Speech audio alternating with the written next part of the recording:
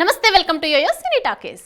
టాలీవుడ్ లో పూజా హెగ్డే గురించి ప్రత్యేక పరిచయం అవసరం లేదు. ఒక లైలా కోసం మూవీతో తెలుగు ఇండస్ట్రీలోకి అడుగుపెట్టిన ఈ భామ తర్వాత వరుస సినిమాలతో ఇండస్ట్రీని ఓ ఊపు ఊపేసింది.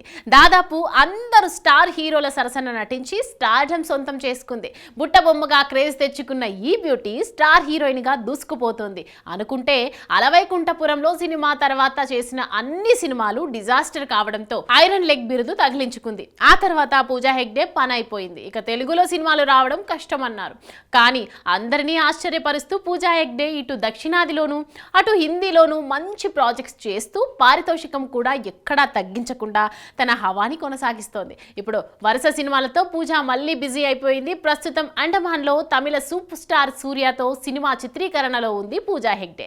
ఈ సినిమా తెలుగులోనూ విడుదలవుతుంది. ఈ సినిమా తర్వాత నిర్మాత సురేష్ బాబు పూజా హెగ్డేతో ఒక సినిమా చేస్తున్న సంగతి తెలిసిందే. ఇది ఉమెన్ ఓరియంటెడ్ సినిమా అని తెలుస్తోంది. ఇది అయ్యాక ప్రముఖ తమిళ దర్శకుడు సుందర్ సి ఒక కొత్త సినిమాను ప్లాన్ చేస్తున్నారు.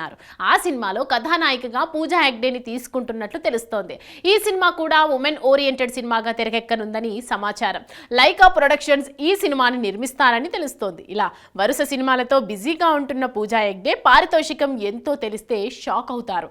ఆమె అక్షరాల 4 కోట్ల రూపాయలు తీసుకుంటుంది. మధ్యలో విరామం తీసుకున్నా కూడా పారితోషికంతో మాత్రం తగ్గేదేలే అని చెప్తోంది పూజా హెగ్డే. ఆమె ఏ సినిమా చేసినా అందులో తన హార్డ్ వర్క్ పడుతుంది. అందుకే ఆమెకు పారితోషికం అంత ఇచ్చినా తప్పులేదని అంటున్నారు క్రిటిక్స్. మరి ఈ సినిమాతో అయినా మళ్ళీ రాకుండా అవకాశాలను దక్కించుకుంటుందో లేదో చూడాలి. హాయ్, హలో, మెస్మరైజ్ చేసే మూవీ ముచ్చట్లు, రిలీజ్ అయిన వెంటనే రివ్యూస్, మీ అభిమాన తారల రియల్ స్టోరీస్, సినిమా సమాచారం ఏదైనా క్షణాల్లో మీ చెంతకు. మరింకెందుకు ఆలస్యం, యోయో సినీ టాకీస్ ని సబ్స్క్రైబ్ చేసుకోండి. హలో హలో నోటిఫికేషన్ కోసం గంట కొట్టడం అస్సలు మర్చిపోకండి.